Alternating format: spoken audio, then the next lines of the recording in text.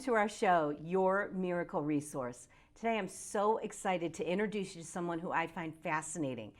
I had the opportunity and honor to meet her as a trainer, but she does so many more things. And when I talk with you about her, and I'm leaving it pretty much open with Heidi today to tell you about her journey, her fascinating life, all of the different things that she does. And so many of you have watched the show and you direct message me and you say, you know, I always get these fascinating guests and I'm very blessed to get fascinating guests.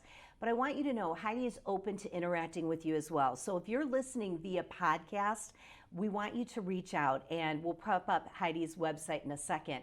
But I'm going to let her talk about her journey and I'll start our show as we always do. What is your miracle resource? So my miracle resource really is to have a non-judgmental approach to business and to opportunity. I think people always tell me, you never dismiss anything. And when someone presents me with an idea, I may not jump into it, but I always consider it. And I don't look at something as not for me or dismiss things as not for me. I always think, okay, let me visualize if I tried that, could I do it?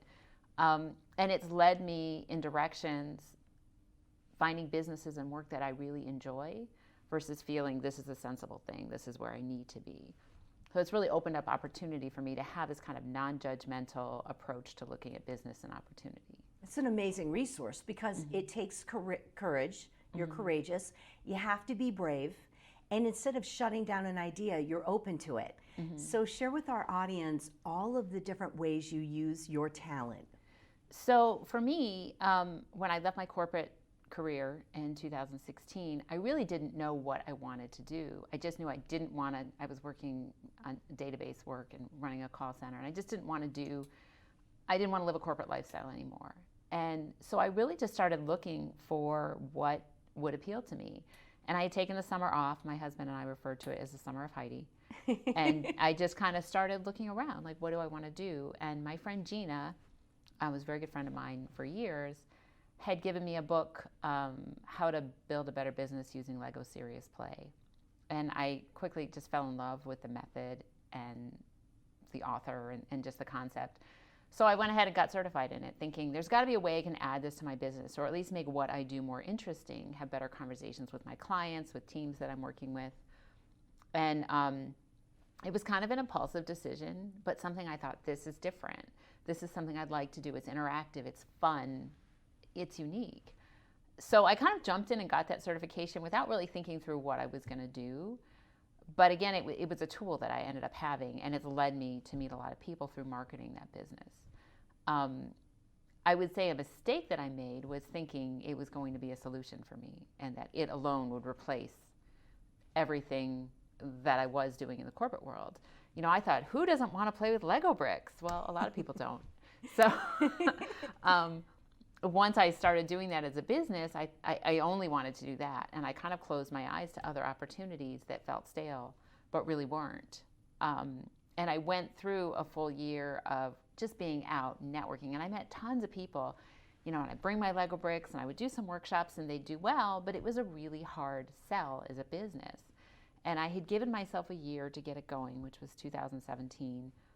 And by the end of that year, I had done okay. You know, I'd gotten a few workshops, but I really, you know, I wasn't making a living with it. And, you know, I said to my husband, should I just go back to getting a corporate position?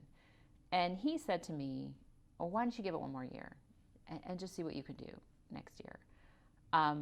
So my philosophy going into 2018 was, you know, if you're buying it, I'm selling it. I'm not going to look away from anything. I'm really going to take who I am, and if an opportunity comes my way, I'm going to pursue it.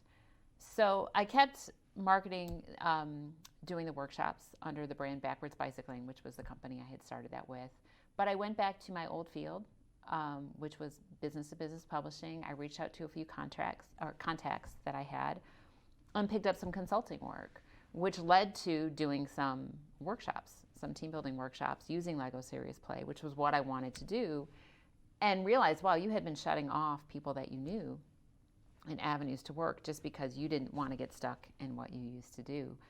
So I started consulting for a few clients who I still work with today, and it's great because I'm choosing the work as a consultant. I'm not in a corporate position where I have to do a particular job all day. I'm choosing the client's choosing me, and they're good relationships. I work very hard for them. I try to give them quality work product, but they're also, I'm not chained to that work. And I enjoy it more. Like, I went back to doing some things that I thought I didn't like, and I'm enjoying what I'm doing because I love the 3 clients that I have as people. I like the work that they give me. So that's worked out well. But in the beginning of 2018, I also knew I needed to make money as I was getting things going, and I needed to make money every day. So I found a friend of mine suggested online teaching through VIP Kid, which a lot of people have heard of it. They teach children in China how to speak English in the mornings. And one thing I loved about it was, since they're 12 hours ahead, I could teach from like 6 to 9 in the morning and not have it interfere with the business day. But I could get up every morning, I could work, I could know I made money, and I could end the day feeling like, okay, I worked today. And had no idea that I would just fall in love with teaching kids how to speak English. There is something about it. What age are the kids? So I teach kids from like 3 years old. I think my oldest is 12. Wow. I've had a couple 3-year-olds. I teach level 1, 2, and 3. And then I also teach phonics.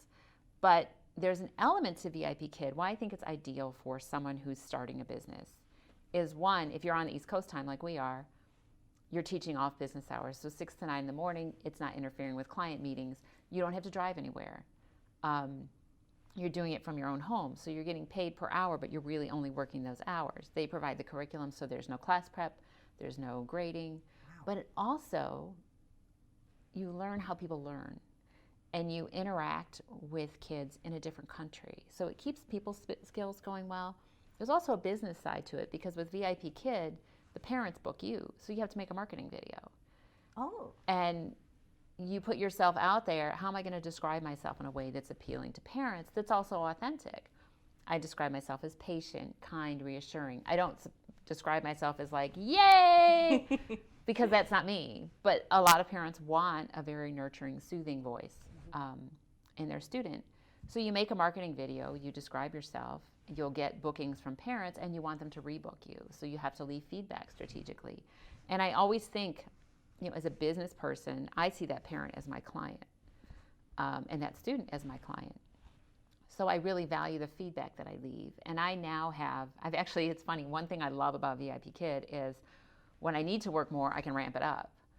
And when I need to slow things down because I'm busy with other things, I can slow it down. So right now I teach about 15 classes a week. They're all regular students that I have. Some I've been teaching for 1.5 years, so they know me. And you get in the classroom in the morning, and rather than sitting and watching the news or doing whatever, my first moments in the morning are with these little kids in China. And they want to tell me about their day. And they're so excited when they learn to say something correctly that they've been struggling with. And it's such a beautiful experience to have that interaction first thing in the morning. And it puts my mindset in such a positive place. Like, I get out of the classroom and I'm so happy, even if I've had a difficult kid. They're funny. And I'm so happy to have had that interaction in the morning. I feel like it makes me better at everything else I do during the day. And since I have all these Lego bricks from my other business, I use Lego rewards with kids, and you can use them to teach color, and I bet the kids animals. love that. Oh, they love it when I'm stacking Lego for, you get an elephant, they love it. And so it's a great way for me to use the Lego that I invested in as well. But it's one of those things I can see me doing all the way through retirement. But it's great. You're a contractor. You're setting your own schedule. So that really was a blessing for me to find that. It really kind of gave me a momentum that I needed at the time. And there's just something very humbling and wonderful about, teaching a little 6-year-old girl, having her want to show you her Barbie dolls and talk about the movie Frozen and that. It's just really, it helps me in my business in ways I didn't realize it would. So that was something, though, that so many people have said, why do you want to do that? It's not really corporate. And to me, it was one of those things where I'm like, I'm not going to turn this down. This looks like an opportunity to me. The other thing that I started in February of 2018 was a nail polish business. So my niece, I had given my nieces money for Christmas, and one of them said to me, look what I bought. I bought this stuff. It's called Color Street Nail Polish. You should try it. And I thought, I don't do my nails. I can't do my nails. My nails are awful. I'm a 50-year-old woman. They're ridges and they're splitting. I don't want to do this. And but I bought some to be the supportive aunt and was like blown away by how much I love this. I had never done direct sales, not because I didn't want to do it. I just had never really found anything that spoke to me. And I love this stuff like in an unhealthy way. Like I could not stop talking about nail polish, could not stop showing my husband my nails. And everywhere I went, I'd be at the grocery store, someone would say, oh, your nails look so pretty. Oh, I like that. Where did you get that? So I looked into it and I thought, I'm going to sign up for this business. I'm not worried about it. It's not expensive. It's low risk. And that was amazing. And you just went to a convention. I just got back from the conference. Okay. So I've been doing it a year and a half now. I have a great base of customers, and I see my customers overlapping. So, some of them are people that I do database consulting for. Some of them are people that I do team building workshops with. Some of them are women that I just met through selling nail polish, and I've met, like everything kind of works together. Like there's something about selling the nail polish that's disarming. And my first conversation with some women is, oh, your nails look great. And then we start talking about it. You sell nail polish? Yeah, I sure do. And we'll have that conversation and we end up talking about more. And you end up developing relationships with people that start with that conversation, but become really good personal friends and business connections. I started doing a lot of vendor shows and just had a great time meeting other vendors, other women. There are tons of women adding direct sales businesses who are entrepreneurs, who are saying, I just need to add something else. The concept of multiple income streams, when I first heard about it, I'm like, who could do that? But it's invigorating, and I'm sure energizing to have so many things going on that bring you joy. And I want to interject there for our podcast members. If they could see how your face lights up when you talk about what you do, and also when you look at the nails and you look at Color Street, that's something that's it's a quick purchase. It's tangible. I can hold it. Whereas the training, it takes a lot more for people to understand. And then when you talked about the VIP kids, you should see your face light up. I love those kids. And so I just have to interject for our podcast listeners, because you have really found ways to connect to people, and you're a great networker. You always have been. That's actually how we met. But you've been able to use those three, and they're so different in how you connect to people, and you've expanded. I also want to interject, I'm really impressed with, and we talk about what was your moment when you knew this was the right thing to do. When we look at how you said the morning, and getting up, and I'm a 5:30 in the morning girl. I'm in a classroom by like 6:30 in the morning, and then I go run the business. So like you, that feeling of getting up in the morning, going and doing something. And again, I know that we're all different, but it really has established a base for you, hasn't it? And you're also able to be flexible with VIP. Okay, so those are some key words for our audience members. And both Color Street and VIP Kit are very flexible businesses in that you make them what you want. I don't lead a huge team of stylists. I have some people that are on my team. It's a part-time position for me, and it's been great. Like, I really enjoy it. And VIP Kid, there's times where other businesses slow, and I'll teach 80 classes a month. If I don't want to teach 80 classes a month, I slow it down and I don't open as many slots. If I go on vacation, I just don't open time slots then. So it's very easy for me to manage and ramp up and slow down as my schedule allows. Color Street has been the same way. If I want to do a lot of vendor shows during the holidays, or if I don't, I carry inventory for customers to purchase from me, or they can order online. I can always, one thing I love about Color Street is that it's we want to take a peek. I saw this big case, everyone, and for our podcast members, it's like this great. And you can go to our Facebook Live, WCTV, and Miracle Resources, and you'll put it on your Facebook as well. Exactly. So you can see this amazing case. So I actually normally carry a smaller one, but I have my big one today because I'm stopping into customers. So Color Street, a lot of my customers know me when they see this bag. They're like, oh, you have nail polish with you. Let me take a look. So I just open it and it's full of nail polish that people can buy from me directly, now or they can just look at. You may want to hold up, or I'll hold up. All right, so that way we can see a little bit. Oh, fabulous. So Color Street, I'll be your Vanna. Keep talking. It's a dry nail polish, so it's 100% nail polish, and it's partially cured and sealed on the package. You apply it to your nail. It cures instantly. It lasts about 2 weeks, and it comes off just with nail polish remover. So it's a huge problem solver for women who struggle with getting their nails done. You know, I didn't have time or money. I know, I love that one. That's a new one. I didn't have time or money to go to the salon. I was frustrated with my nails. I would get, gel manicures. My nails would be damaged. So for me, it was a solution. And tons of women tell me, oh my gosh, this is so much easier. But it's great. When I have it, I can open it up. They flip through. They pick out what they want. They purchase it. They have my information. And how long does it last? It lasts up to 2 weeks. Wow. Yeah. And it dries instantly, so you can immediately, go about your day. I like to put mine on at night before I go to bed, so I wake up with no sheet wrinkles and, beautiful nails. But it's nice to have something someone can purchase on site from you. I have so many pictures on my phone of women sending me like a hand with nail polish. It makes me laugh when I go through my photos. I'm like, oh, that's so-and-so's hand. That's this person's hand. Because you just want to share it. Once you are happy with how it looks, you just want to tell people about it. So it's been really fun. And it's a product that just, again, it makes people happy. It's not, $100,000 decision. It's a $11, $12, $13 decision. You either want it or you don't.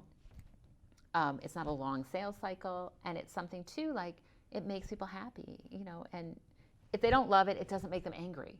They just don't want it again. But 90% of the women that try it love it, and they're so happy because it solves a problem. So you've built a team of people around you who are now, you're teaching them and they're going out? You mentioned stylists. Yeah, so there are a bunch of stylists nationwide. I haven't really spent a lot of time in bringing on more stylists. It's not my wheelhouse. I would love to. Everybody's got their flaws, and mine is definitely saying, hey, join this business. It's just not a strength of mine, something I'm definitely wanting to learn. But I have a network of customers who love it and buy it. And one of the nice things about Color Street is direct sales, but you can do fine selling it and just being a little pop-up retail shop if you want. And I love that you have the physical product with you. Mm-hmm. I'm not looking in catalog. I'm actually looking at what I would buy. Right. Oh, this is wonderful. So people, these aren't samples. They can just take it and buy it. So a lot of times people will say, I got somewhere to go tonight. I need this stuff. Can you come by?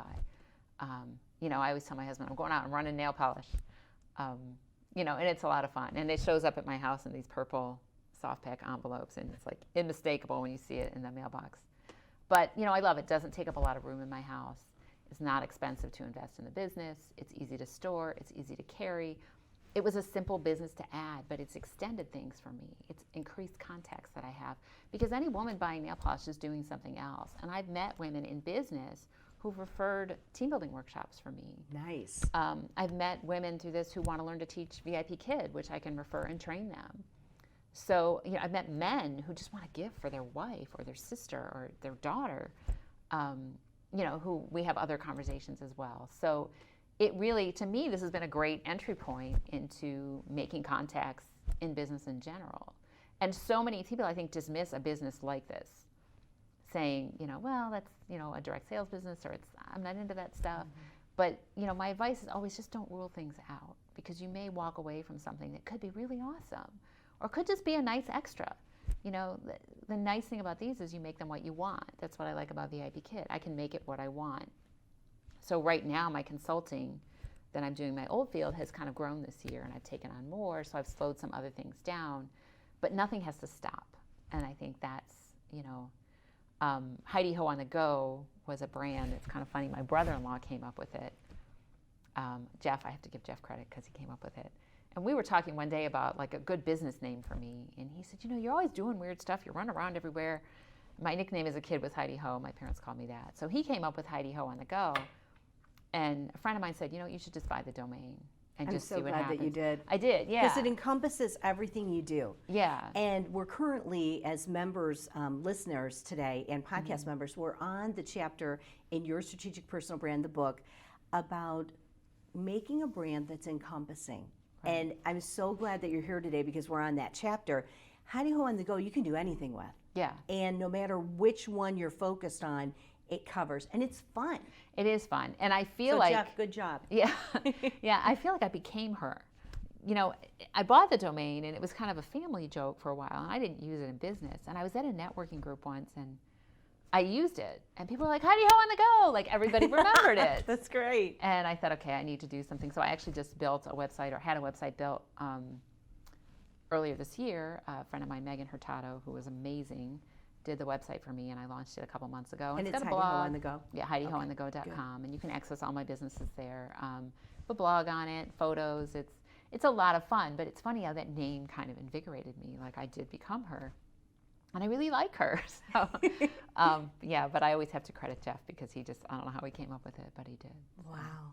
So someone goes to HeidihoOnTheGo.com. Yeah. They come to you, they can talk to you about any of the VIP kids, they can talk with you about Color Street, they can talk with you about Lego, building business, training. You're a speaker, you do speaking as well.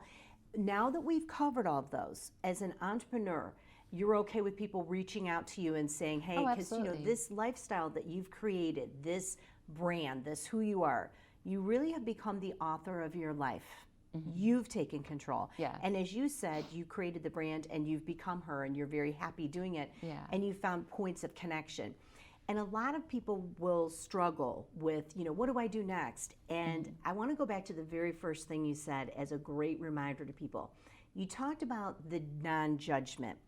You did have to face some obstacles with people who said, why are you doing this? And you mentioned that. And you got through that. Do you want to give advice to other people who are considering, doing something like you're doing, and they have to be brave, and people are saying to them, oh, don't do that, that's not safe. What would you tell them to do? I would say that it's your life. And, being non-judgmental is one thing, but also not worrying about what other people think. My feeling was, and my husband said this, you're not hurting anybody. This makes you happy. Everybody can see how much you love this. Don't worry about it. Regrets are terrible, and to think, like, I look now and think I could never go back. I could never go back to a corporate job, 9 to 5, and I don't dismiss anyone who loves that, because there are people where that's a great life.